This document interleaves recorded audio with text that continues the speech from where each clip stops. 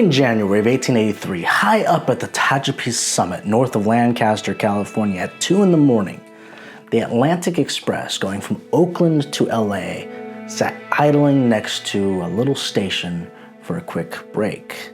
7 cars long, 2 steam engines still warm.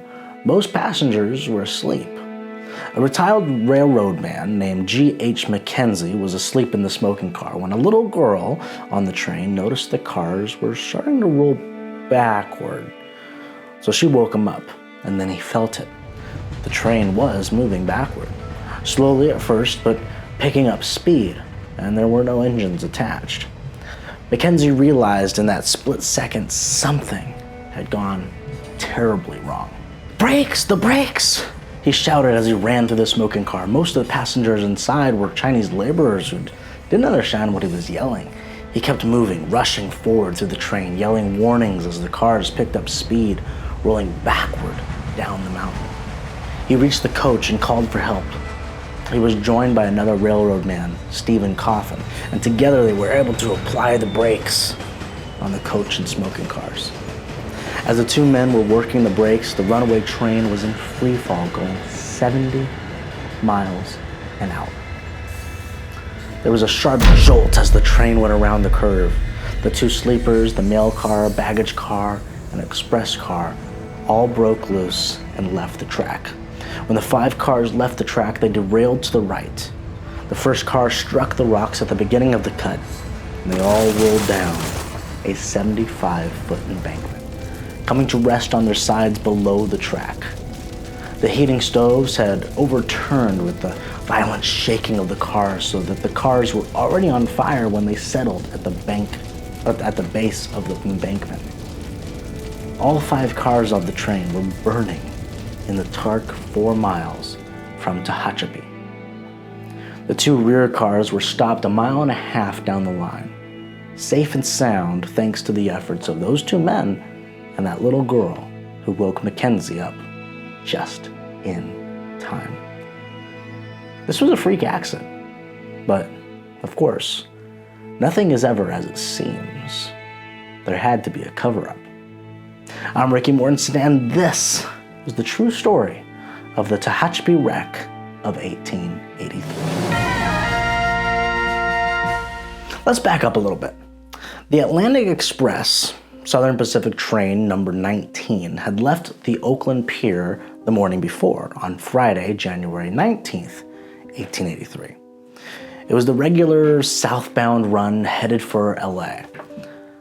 On board were mail, baggage, express cargo, and a mix of passengers trying to sleep through the night. But 2 of them stood out. Former California Governor John G. Downey and his wife Maria were in the first sleeping car. Maria had always been terrified of trains. She hated the noise, the speed, the way they rattled and swayed. For years, she had refused to ride them. The Downeys usually took the steamer up the coast instead, and it was definitely slower, but it felt safer to her. But this time was different. Downey had a rush business meeting in Sacramento that he couldn't miss. He talked his wife into making the train trip north just this once. Business completed in Sacramento and then in San Francisco. Now they were on their way back home to Los Angeles.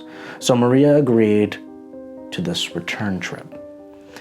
They boarded in San Francisco, took the ferry across to the Oakland Pier, and settled into their compartment in the first sleeping car.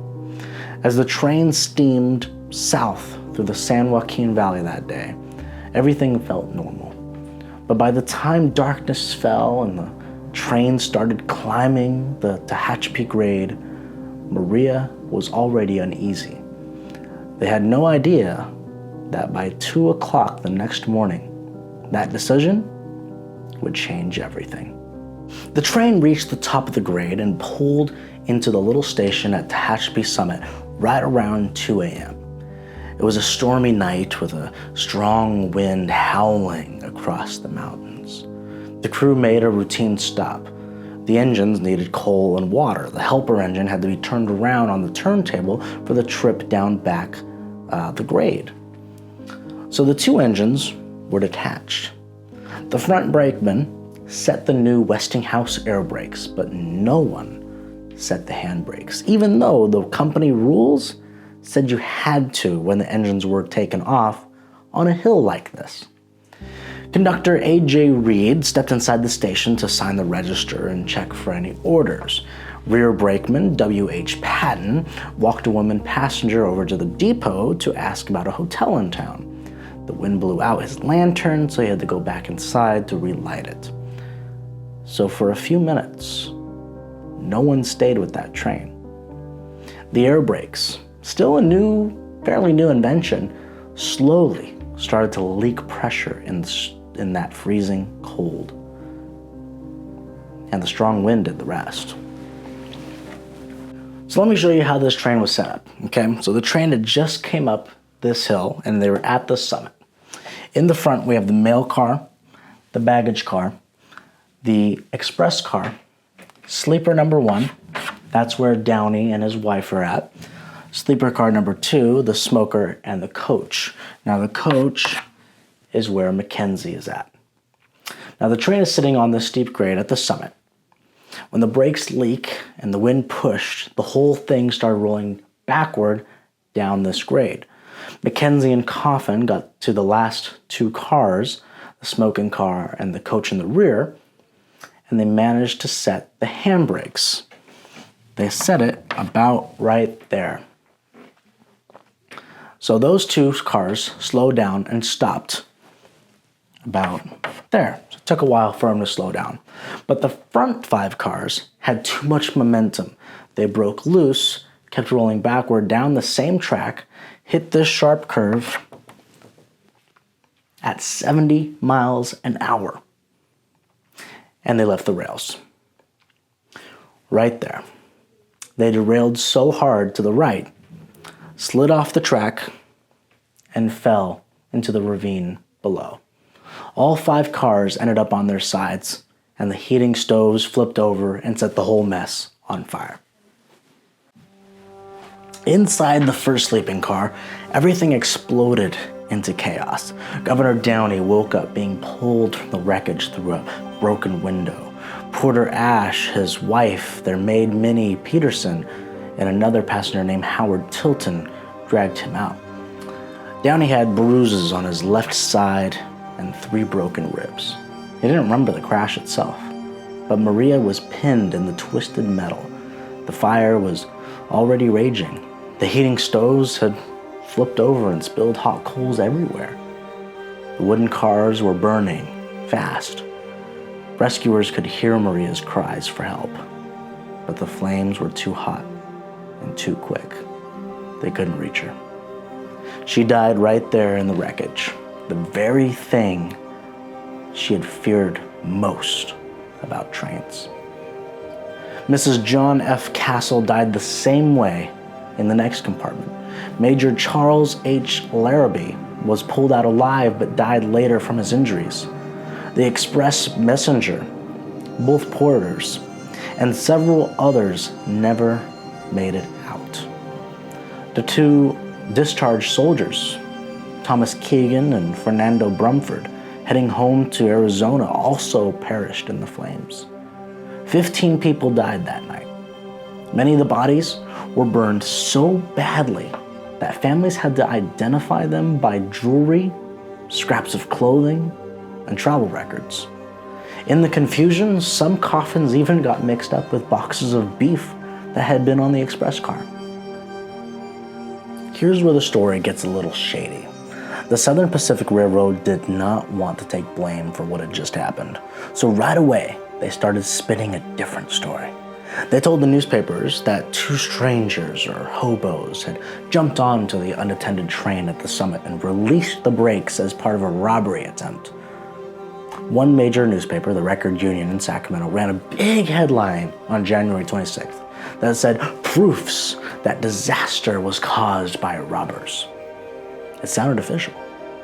A lot of people read it and believed that the railroad was innocent. That story fell apart fast. The 2 men turned out to be Thomas Keegan and Fernando Brumford, honorably discharged soldiers who had paid tickets and were simply heading home to Arizona from the Presidio in San Francisco. There was no robbery. There was no gold or valuable cargo on that train that night. It was the railroad trying to cover their own mistakes. No handbrakes set, leaky air brakes in the cold, and leaving the whole train sitting alone on a steep grade. On January 22nd, just 2 days after the wreck, conductor A.J. Reed and brakeman W.H. Patton were arrested for manslaughter and taken to Bakersfield. Here's how long their trial lasted. The Southern Pacific posted bail for both men in just 1 hour, $2,400 each. And then, the whole case just disappeared. No trial, no witnesses called, no real investigation, no punishment. The powerful railroad protected its own people, and the whole thing was just swept away like it never happened. But the human cost didn't disappear. Help took too long to arrive. The conductor at the summit refused to send a rescue train without orders from headquarters, so that added more than an hour of a delay. Injured survivors, including the governor, had to ride back on an open, flat car in the freezing wind with almost nothing to cover him. When Governor Downey was finally interviewed by reporters on the way back to LA, he said he remembered nothing until they helped him to the ground from the overturned car. He was crushed over losing his beautiful wife. He felt terrible guilt that he had taken her into that train, against her deep fears. He went into seclusion for a long time. Friends said that the sadness never really left him. Some believed it contributed to struggles with alcohol in the years that followed. He took a 3-year trip around the world trying to heal. He remarried in 1888, but he was never the same man. He died in 1894. Now, the body identification added even more heartbreak. Maria's remains were burned so badly that they were first mixed up with some other lady, Mrs. Castle, and they were sent to the wrong city. They had to use jewelry and dental details to sort it all out. Other families faced the same painful confusion. The wreck remains Tehachapi's worst transportation disaster to this day. The Southern Pacific line through the pass is still in use today. Freight trains only now with dozens running every single day on the same 1876 alignment, including the famous Tehachapi Loop. One of Maria Downey's elaborate gowns survived the fire, and it's kept today in the Tehachapi Museum, a quiet reminder of the woman who never wanted to ride that train.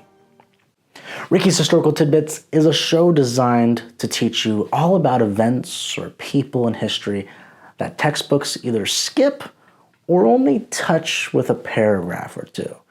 And I know your time is valuable, so I keep every episode pretty quick, pretty short. Most are under 15 minutes.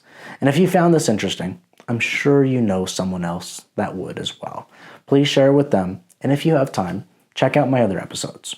Subscribe on whatever platform you're on so you don't miss new ones. All episodes are available as video, article, or podcast.